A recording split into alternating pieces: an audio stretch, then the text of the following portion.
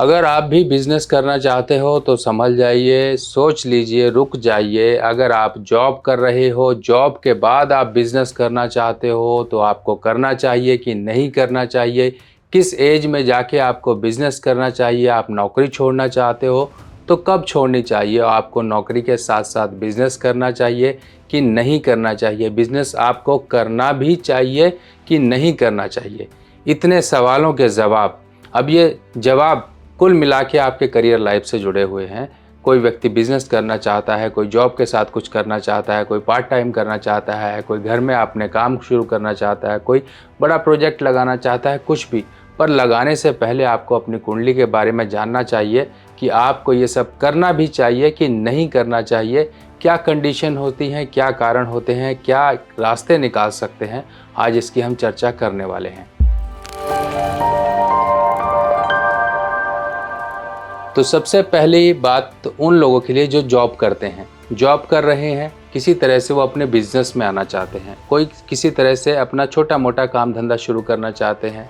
कई लोग कोई पार्टनरशिप में काम करना चाहते हैं। कई लोग इंडिविजुअल काम करना चाहते हैं, अपने घर से शुरुआत करना चाहते हैं, यानी कि अपनी धर्मपत्नी से काम धंधा कुछ इस तरह से अपना जो बिज़नेस है वो सेटअप करा लेते हैं या करना चाहते हैं। किसी भी तरह से आपको किस कंडीशन में ये सब करना चाहिए, क्यों नहीं करनी चाहिए आपको बिज़नेस, और बिज़नेस किनके लिए ही बिज़नेस बना हुआ है? जो व्यक्ति पैदा ही बिज़नेस के लिए हुए हैं पर किसी तरह से नौकरी कर रहे हैं। अब अपने आप की काबिलियत को इस तरह से समझिए कि आपके अंदर सब कुछ है, आपको कई बार पता ही नहीं होता है वो पोटेंशियल के बारे में, वो एनर्जी के बारे में, वो शक्तियों के बारे में। फॉर एग्ज़ाम्पल एक छोटी सी बात समझिए, आपको पूरी कहानी बिल्कुल क्लियर समझ आ जाएगी।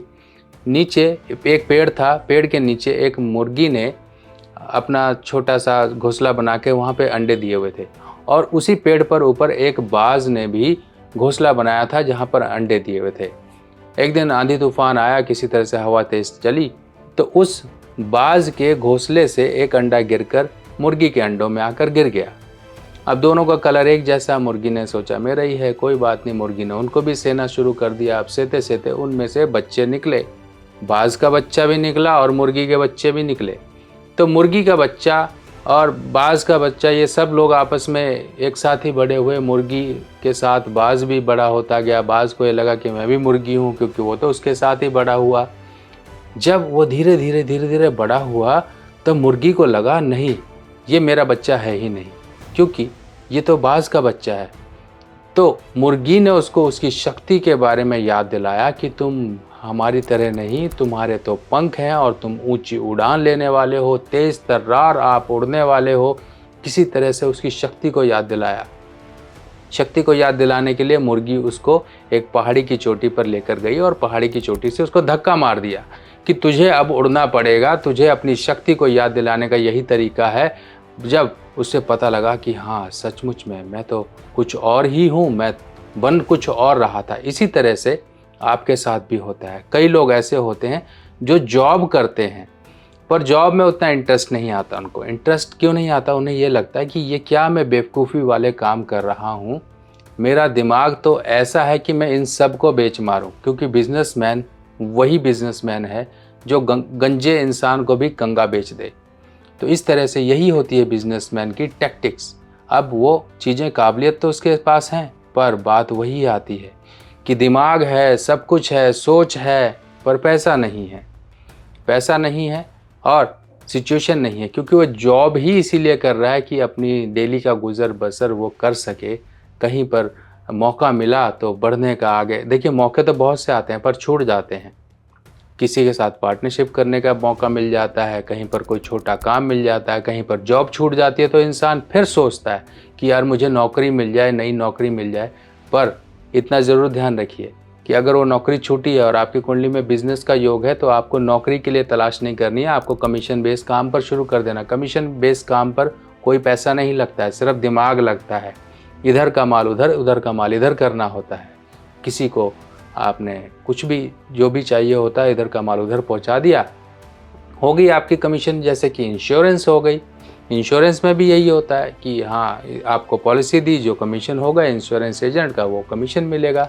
प्रॉपर्टी बेचने का काम हो गया। बहुत से काम ऐसे होते हैं जहाँ पर ये कुछ चीज़ें जहाँ पर इन्वेस्टमेंट नहीं लगती है।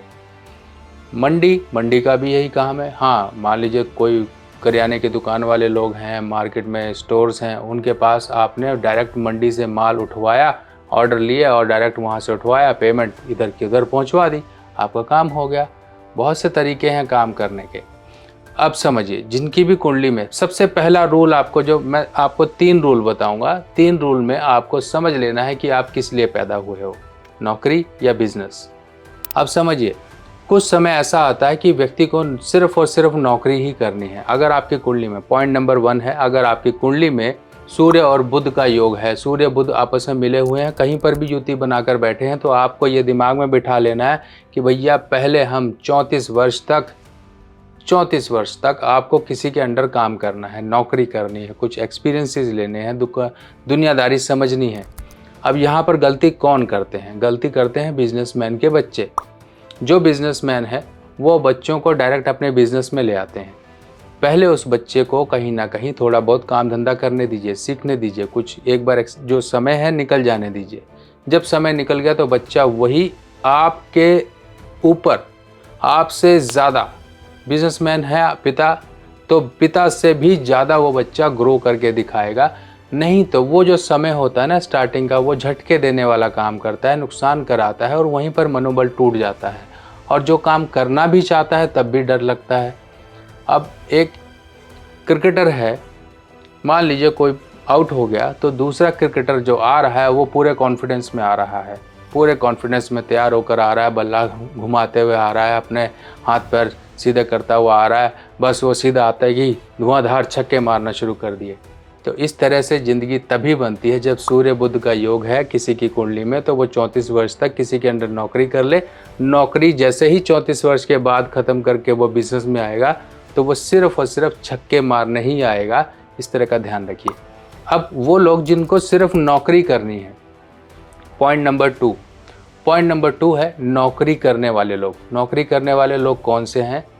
बृहस्पति अगर किसी की कुंडली में 6ठे भाव में है, तब ऐसे केस में व्यक्ति नौकरी ही करे, क्योंकि उसको नौकरी से ज़्यादा फायदा मिलेगा। हाँ, अगर वो नौकरी के साथ साथ कुछ काम करना चाहता है तो पार्ट टाइम काम कर सकता है या जीवन साथी के नाम पर काम कर सकता है।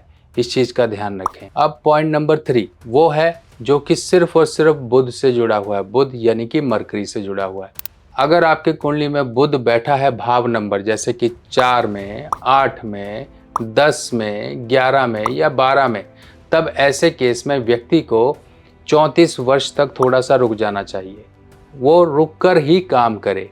अब वो लोग जो काम तो करना चाहते हैं, पैसा नहीं है पर पार्टनरशिप में करना चाहते हैं, ये एक एडिशनल पॉइंट आपको बता रहा हूँ, ये एक गोल्डन पॉइंट है।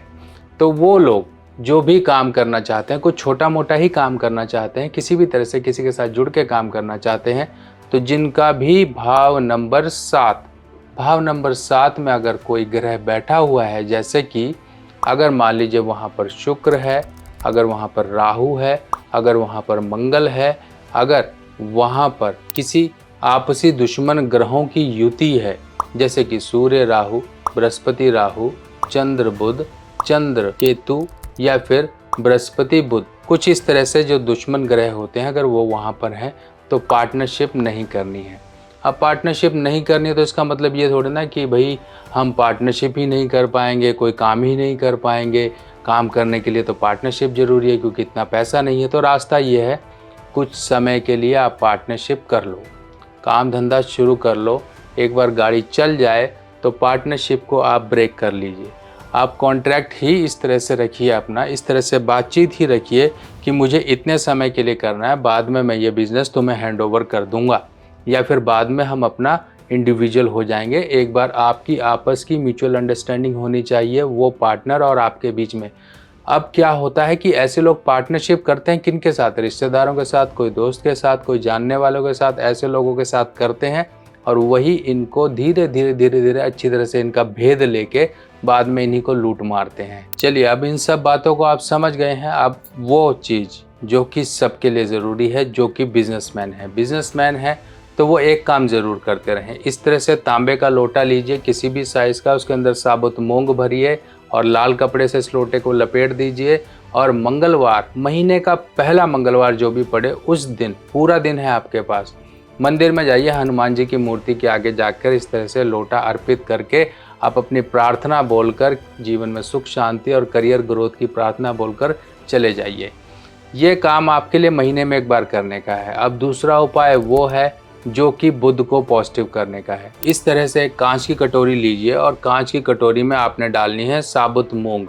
साबुत मूंग डालकर उसको भिगा लीजिए, रात भर भीगने दीजिए। सुबह जाकर आप पक्षियों को डालिए। बाहर जाकर डालना, घर में नहीं डालना है। और मूंग साबुत होगी और इस तरह से आपको डेली डालनी है, कहीं बाहर डालते रहिए। अब ये कुछ छोटे छोटे उपाय हैं जो आपको करने हैं, जिनको करने मात्र से ही आपका बुध शुभ होगा। देखिए, नवरात्रि का जब जब समय आता है तब एक संकल्प ले लीजिए अपने जीवन में, कभी आप पीछे नहीं हटोगे। एक गोल्डन टिप और आपको दे देता हूँ कि जो कन्या पूजन होता है, कन्या पूजन में एक संकल्प लीजिए, जैसे कि कई अपना बजट फिक्स कर लें कि हमने आप इस हर साल इतनी बढ़ोतरी करनी है अपने खर्चे में। मान लीजिए आप साल में 2 बार नवरात्रि का जो कंजक का पूजने का टाइम आता है उस समय पे आप करेंगे, तो मान लीजिए आप एक साल का 5,000, अगले साल 6,000, उससे अगले साल 7,000, इस तरह से बढ़ोतरी करते जाएंगे। वो आपके ऊपर है कितना करो। 50 भी करते हैं लोग, तो 10-10 लाख करते हैं, करने वाले हैं, क्योंकि वो सक्षम हो चुके हैं। आप भी सक्षम हो जाओगे। अगर आप अपने आप से लाल किताब के उपाय करना चाहते हो तो आ गई है मेरे द्वारा लिखी हुई नई लाल किताब, जो कि बिल्कुल सिंपल साधारण भाषा में है। और ये लाल किताब बिल्कुल सरल भाषा में आप लोगों के लिए मैंने लिखी है, ताकि आप लोग इसे पढ़कर अपने उपाय खुद कर सकें। और जो ग्रहों की स्थिति है, ग्रह क्या असर जीवन में लेकर आते हैं, उनके बुरे असर को कैसे दूर किया जाए, ये किताबें अब आपकी मदद करेंगी। ये पहला भाग है, ऐसे 5 भाग कुल मिलाकर आएंगे, जिसमें ये पहला भाग बेसिक होगा, यानी कि पार्ट 1, पार्ट 2, पार्ट 3, पार्ट 4, ऐसे पार्ट 5 तक आपको पूरी की पूरी संपूर्ण लाल किताब की जानकारी इन भागों में मिल जाएगी। ये किताब हिंदी में होगी और सरल भाषा में होगी। देखिए, इस तरह से इस किताब में संपूर्ण जानकारी, उपाय इत्यादि, योग, सब चीज़ें इस किताब में दी गई हैं। फिलहाल ये किताब पहली जो आपका पहला कदम होगी इस ज्ञान की तरफ। आप अपने जीवन में अपने परिवार वालों की, अपने दोस्तों की, किसी की भी कुंडली को देखकर अध्ययन करके उन्हें उपाय बता सकते हो। और ये उपाय बताने के लिए ये किताब आपकी मदद करेगी। तो इन जानकारियों को अपने जीवन में बिठाइए। बाकी देखिए आप अपने जीवन में किस तरह से ग्रो करते रहेंगे। बाकी मिलते हैं नई जानकारी के साथ नई वीडियो में, तब तक के लिए आज्ञा दीजिए। नमस्कार।